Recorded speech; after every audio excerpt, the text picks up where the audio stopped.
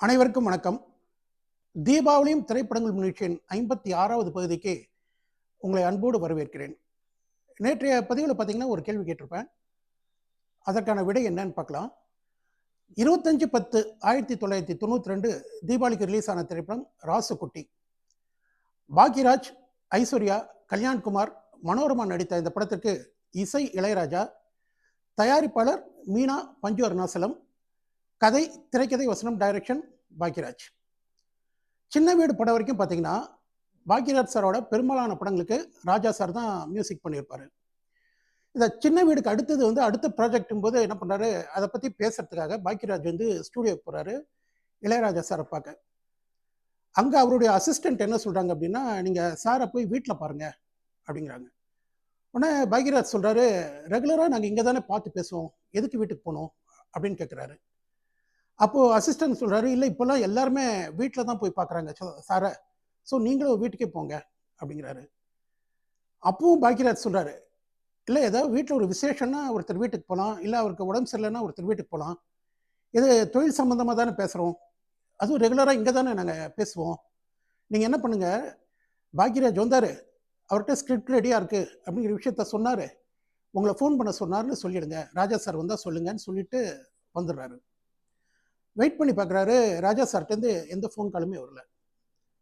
So Bhagyaraj என்ன plan பண்ணுறாருன்னா, பேசாமல் நம்மளே மியூசிக் போட்டுட்டா என்ன அப்படின்னு சொல்லிட்டு சுதாகர் மாஸ்டரை போய் பார்த்து சொல்கிறாரு, எனக்கு நீங்கள் ஹார்மோனியம் கற்றுக் கொடுங்க அப்படின்னு கேட்குறாரு. ஒரு புது ஹார்மோனியத்தை வாங்கி சுதாகர் மாஸ்டர் கற்றுக் கொடுக்குறாரு.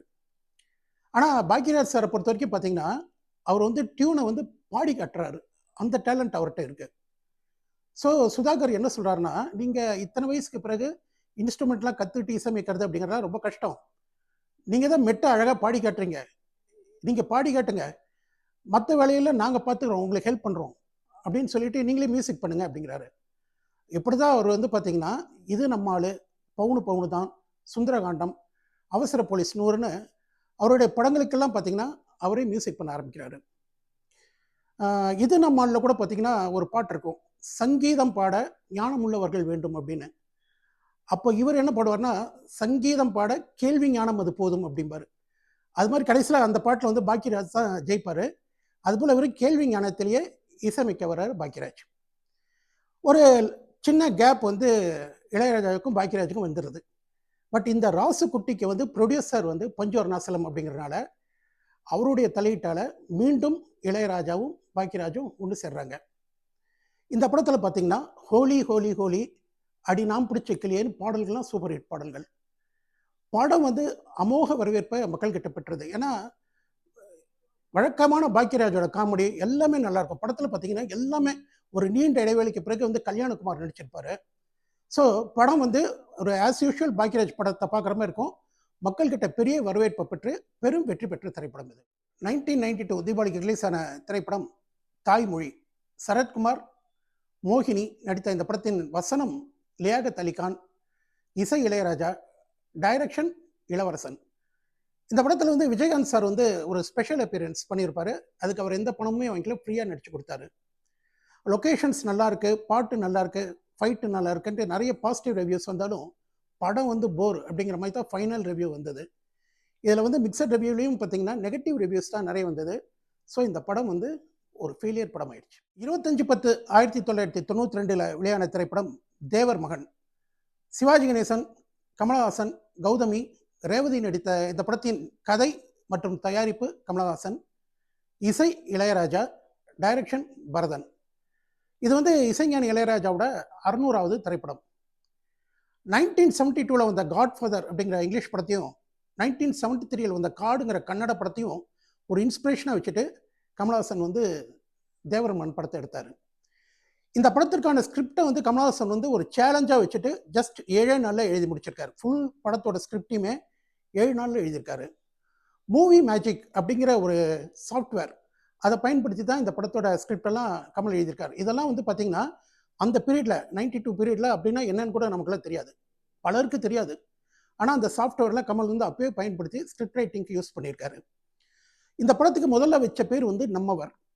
இந்த பேரை திரும்ப தேவர் மகன் அப்படின்னு பார்த்தினாங்க. மீனா சில காட்சிகளில் இந்த படத்தில் நடித்தாங்க. அது பிறகு வந்து கால் ஷீட் ப்ராப்ளம் வந்ததுனால மீனாவை எடுத்துட்டு அந்த கேரக்டரில் வந்து ரேவதியை நடிக்க வச்சாங்க.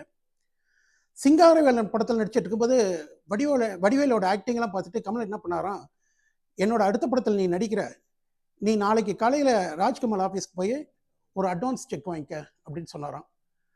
ஆனால் வடிவேலால் அடுத்த நாள் காலையில் வரைக்கும் வெயிட் பண்ணவும் முடியலையாம்.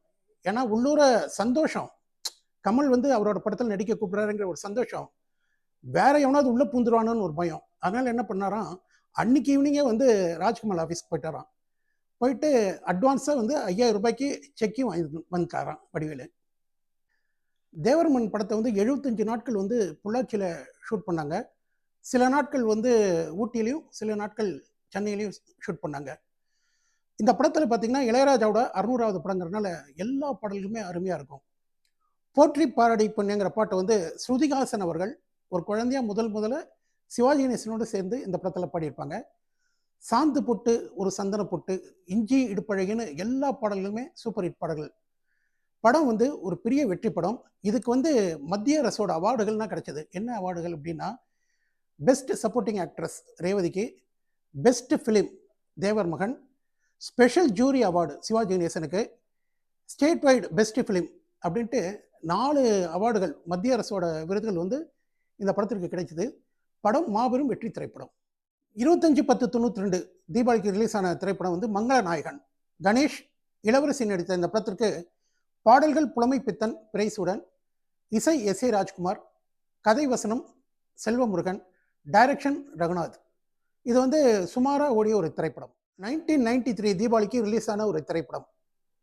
இந்த படத்தோட பூஜை அன்னைக்கு அந்த ப்ரொடியூசர் பார்த்தீங்கன்னா, படத்தோட டைரக்டர், மியூசிக் டைரக்டர், பாடலாசிரியர் இவங்க 3 பேரோட ஃபோட்டோ மட்டுமே போட்டு போஸ்டர் அடிச்சிருந்தார். படத்தில் நடிக்கிற நடிகர் நடிகைகள் யாருடைய படமும் வந்து போஸ்டர் வரல பூஜை அன்னைக்கு.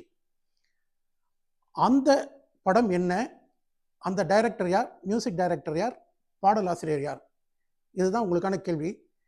விடை தெரிஞ்சதை கமெண்ட் பண்ணுங்கள். இல்லாட்டினா ஜஸ்ட் ஒரு நாள் வெயிட் பண்ணுங்கள், நாளைக்கு சொல்கிறேன். நன்றி, வணக்கம்.